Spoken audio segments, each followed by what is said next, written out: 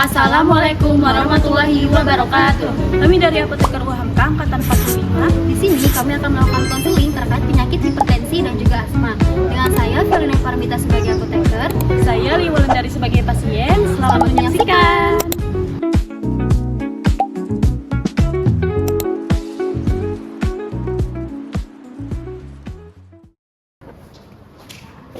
Selamat siang Mbak, selamat datang di Apotek UHAMKA. Dengan saya apoteker Violina Parmita, selaku apoteker yang bertugas hari ini. Ada yang bisa saya bantu? Saya mau menebus resep, Mbak.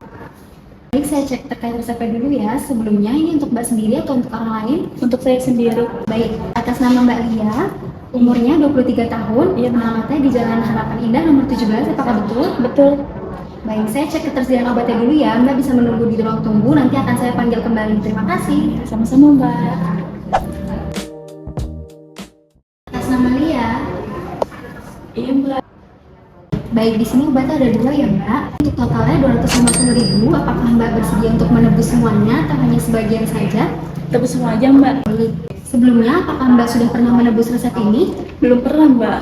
Baik, kalau begitu izinkan saya untuk melakukan konseling ya Mbak, agar Mbak memahami terkait cara penggunaan obat yang baik dan benar sehingga tujuan terapinya dapat tercapai. Apakah Mbak bersedia? Bersedia, Mbak. Baik, ini untuk pembayarannya bisa dilakukan di kasir terlebih dahulu, nanti di ruang konseling sebelah sana ya Mbak. Iya, Mbak.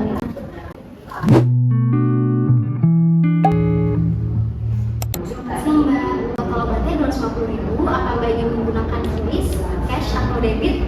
Curi saja, Mbak. Baik, boleh silakan scan di sini ya. Coba, Mbak. Baik, ini untuk obatnya. Lengkap Iya, ya Mbak.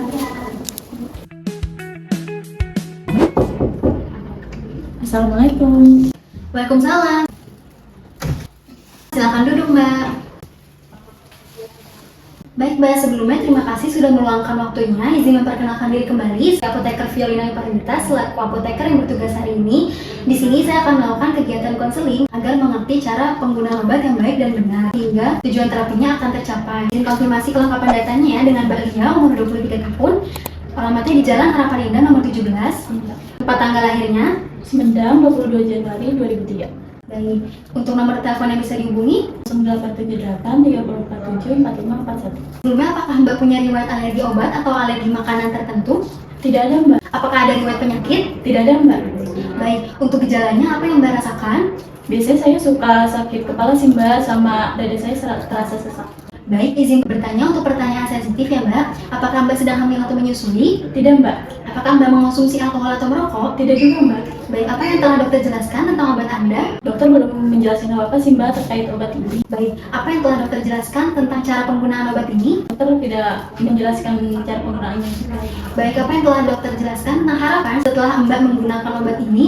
Harapannya untuk mengontrol tekanan darah saya dan meredakan gejala asma saya. Izin untuk membuka ya Mbak. Pertama ada losartan 50 mg, diminumnya 1 kali sehari di waktu yang sama. Jadi misalnya Mbak minum di pagi hari, maka keesokan hari dan seterusnya Mbak minum di pagi hari. Obat ini untuk menjaga tekanan darah Mbak agar tetap stabil. Efek sampingnya pusing, mudah lelah, dan juga diare. Untuk penyimpanannya simpan di wadah yang tertutup dan jauhi dari sinar matahari ya Mbak. Jika tekanan darah sudah normal, Mbak harus tetap menggunakan obat ini setiap hari ya. Dan jangan lupa untuk mengurangi makanan yang tinggi garam dan tinggi lemak. Lalu Mbak juga harus olahraga rutin ya Mbak, misalnya lari pagi selama 15 menit. Untuk obat yang kedua ada Ventolin inhaler, isinya salbutamol untuk mencegah terjadinya serangan asma. Penggunaannya 1-2 kali semprot per hari dan maksimalnya di 8 kali semprot per hari. Izin membuka buku saya Mbak.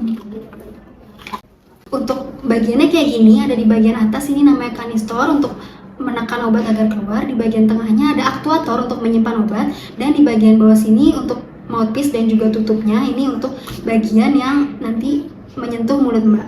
Untuk penggunaannya, pertama bersihkan tangan terlebih dahulu secara bersih. Nah, ini obatnya masih baru, jadi Mbak harus tes dulu atau saat obat ini sudah tidak digunakan lebih dari 5 hari. Caranya Mbak buka tutupnya dulu. Setelah itu jangan lupa untuk mengocok obat ya Mbak agar obat yang ada di dalamnya tercampur. Setelah itu disemprotkan ke udara. Apabila ada udara yang keluar dari bagian bawah, maka obat berfungsi dengan baik. Setelah dibuka, posisi badan Mbak tegak, lalu dagu menengok ke atas. Hembuskan nafas panjang, lalu pegang ini di bagian telunjuk dan jari tengah di bagian atas obat untuk menekan. Lalu bagian mouthpiece-nya Mbak letakkan diletakkan di antara bibir dan gigi, namun jangan digigit ya Mbak. Pastikan agar obat tidak keluar dari rongga-rongganya, jadi harus rapat ya Mbak. Setelah itu tekan secara bersamaan sambil Mbak menghirup nafas, tahan selama 5-10 detik. Setelah itu jangan lupa untuk membersihkan bagian mouthpiece dengan tisu dan wajib kumur-kumur, namun jangan ditelan ya Mbak untuk menghindari terjadinya iritasi dan bibirnya kering. Lalu jangan lupa ditutup kembali setelah digunakan.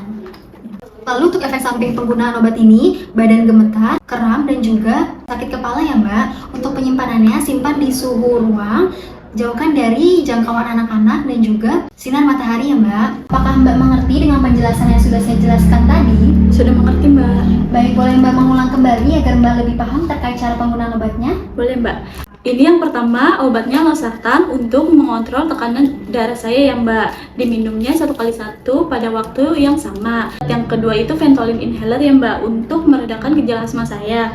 Untuk cara pakainya, yang pertama saya bersihkan tangan terlebih dahulu. Setelah itu saya mengetes apakah alat ini sudah berfungsi dengan baik atau tidak dengan cara membuka tutupnya. Setelah itu dikocok, habis itu saya tekan bagian atasnya Mbak. Kalau misalnya ada udara yang keluar dari sini, berarti obatnya berfungsi dengan baik. Setelah itu untuk menggunakannya saya tegakkan badan dan dagunya agak sedikit ke atas ya Mbak. Setelah itu mouthpiece ini saya letakkan di antara bibir atau gigi dan jangan digigit ya Mbak. Setelah saya selesai menggunakannya, saya bersihkan mouthpiece-nya menggunakan tisu, lalu ditutup, dan setelah itu saya berkumur-kumur dan jangan ditelan ya Mbak, untuk mencegah terjadinya iritasi dan bibir kering ya. Baik, penjelasan Mbak tadi sudah benar. Jika ada keluhan berat, Mbak bisa langsung ke dokter ya Mbak. Lalu ini untuk kartu nama saya, jika ada yang ingin ditanyakan kembali, lalu saya izin minta tanda tangannya untuk bukti Mbak sudah melakukan konseling ya Mbak. Buat sebelah sini. Ini untuk obatnya ya Mbak. Lekas sembuh. Semoga informasi yang sudah saya sampaikan tadi bermanfaat. Hati-hati di jalan Mbak. Terima kasih banyak Mbak. Iya, Terima kasih telah menyaksikan video kami. Semoga bermanfaat. Jangan lupa like, comment, and share. Bye bye.